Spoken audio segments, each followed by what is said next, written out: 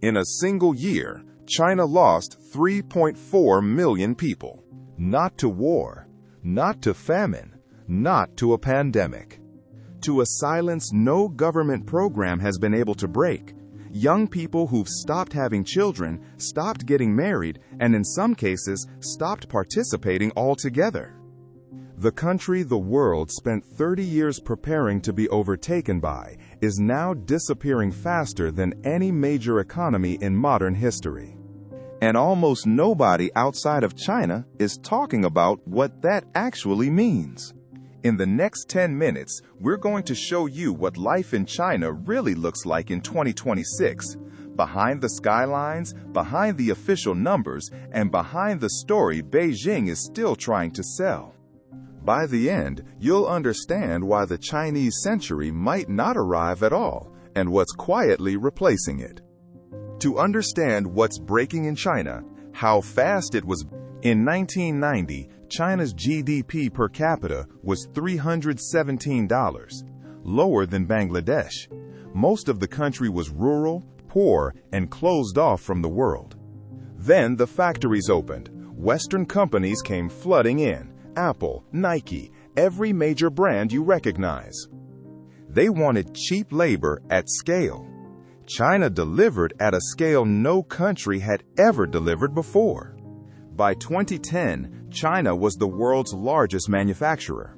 By 2014, the world's largest economy by purchasing power. By 2021, home to more billionaires than the United States. 300 million people were lifted out of extreme poverty in a single generation. That part of the story is real, and it deserves to be said. Xi Jinping called it the Chinese dream. By 2049, the 100th anniversary of the People's Republic, China would be a fully modern, prosperous nation, every citizen sharing in the wealth. The dream was sold hard, and 1 billion people bought it, literally. Here's where the story starts to come apart.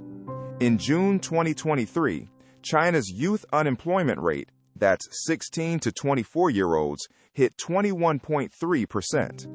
A record. 1 in 5 young people, no job. The government's response? They stopped publishing the number. For 6 months, they said they needed to improve the methodology. When they finally resumed publishing, the number had dropped to 14.9%. But here's what economists noticed immediately. The new formula excluded students waiting for employment. Tens of millions of graduates who'd finished their degrees couldn't find work and had moved back in with their parents. They simply disappeared from the count. So, fresh data, new methodology, no students counted. In March 2026, the figure came in at 16.9%. Still almost 1 in 5. Still not moving in the right direction. In 2025, a record 12.2 million students graduated into a job market that can't absorb them. A generation with degrees and no destination. So a new word started trending on Chinese social media. Not Tang Ping, lying flat, which they already tried to ban. Something darker. Lao Shi Ren, rat people. Young adults who've retreated from society entirely. They sleep by day, live by night, order delivery to rooms they rarely leave. In September 2025, China's internet regulator launched a campaign to censor content that promotes excessively pessimistic sentiment. Not political dissent, just tired young people being tired in public. That's not a government confident in its system. That's a government quietly panicking. And youth unemployment isn't even the biggest crisis China is facing right now. Here's a single fact. In China, roughly 70% of household wealth is tied up in real estate. Not stocks, not savings accounts, property. Now imagine what happens when property becomes the thing you can't sell. In 2021, Evergrande, China's second largest property developer, ran out of money. It had borrowed over $300 billion. It had sold apartments to millions of families, deposits paid, mortgages signed, and hadn't finished building them. In January 2024, a Hong Kong court ordered Evergrande into liquidation. In August 2025, the company was officially delisted. Shares worth zero, debt unpaid, buildings unfinished. And Evergrande wasn't the last domino. It was the first. By 2026, Country Garden, Kaiser, Sunac, they've all collapsed or are in restructuring. Then, early in 2026, something happened that analysts had been dreading for years. Vanke, a state-backed developer with the implicit guarantee of the Chinese government, asked to extend its bond repayments. The first state-backed developer to signal it couldn't pay. When the government's own companies can't make payroll, the crisis isn't a private sector problem anymore. It's the system. China has an estimated 65 million empty apartments. Enough to house the entire populations of France, Germany, and the UK combined, sitting empty. Bought not to live in, but as the Chinese retirement plan. The property market was supposed to be the safe place, the thing that couldn't lose value, the concrete, literal foundation of a billion middle-class dreams.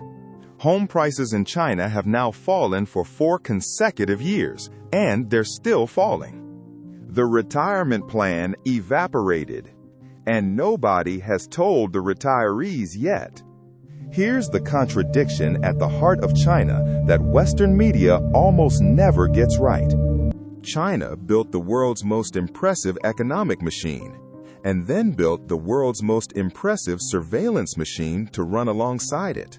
Most people know about one of those. Almost nobody talks about what happens when both run at full speed on the same people.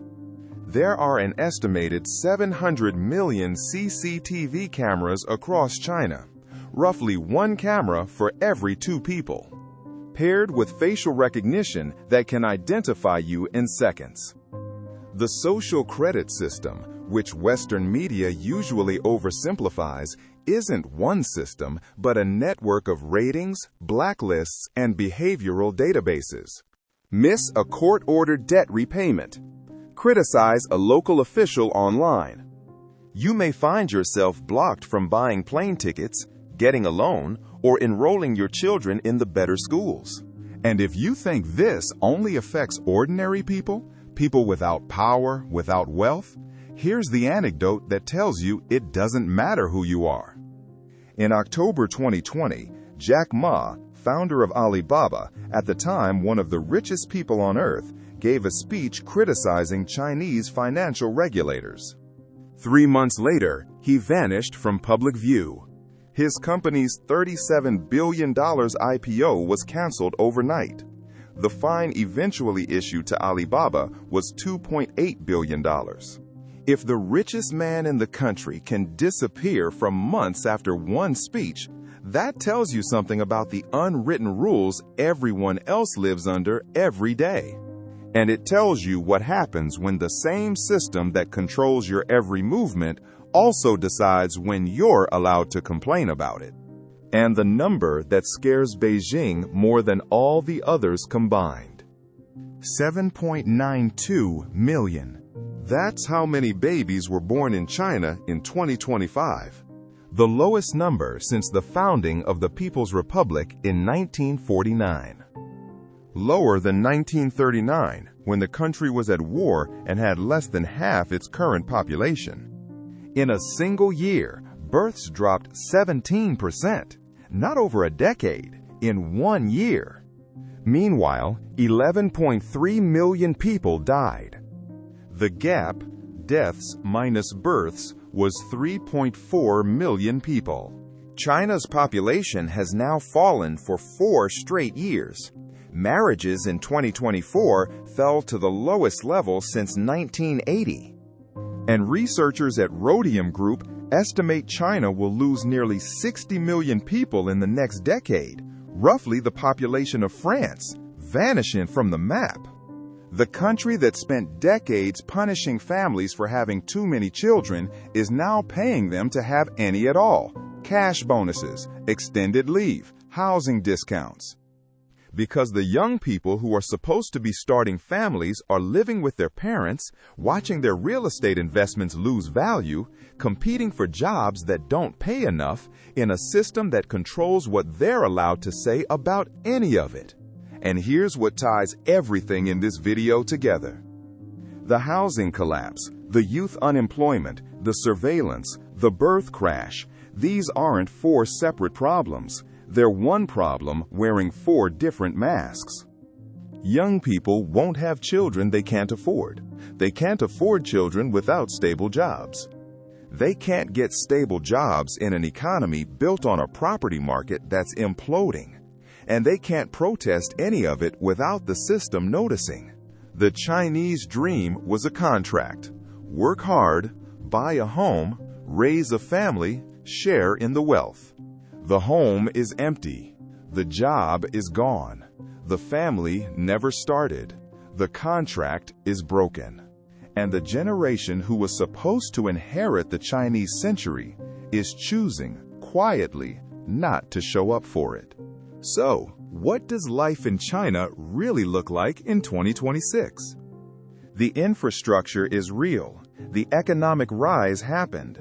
300 million people were genuinely pulled out of poverty, and that's one of the most important things that happened in the 21st century. None of that goes away. Births collapsed. Property collapsed. Young people are opting out of the system faster than the system can force them back in. And for the first time since the 1960s, the math of Chinese power is running in reverse. For 30 years, the rest of the world asked the same question about China. What happens when they overtake us? The question in 2026 is different. What happens when the country we spent 30 years preparing to be overtaken by becomes a country we have to prepare to outlive? If you want to understand the world the way it actually is, not the way the headlines describe it, subscribe to Global Uncovered. We cover the stories that get ignored, the data that gets buried, and the context that actually matters.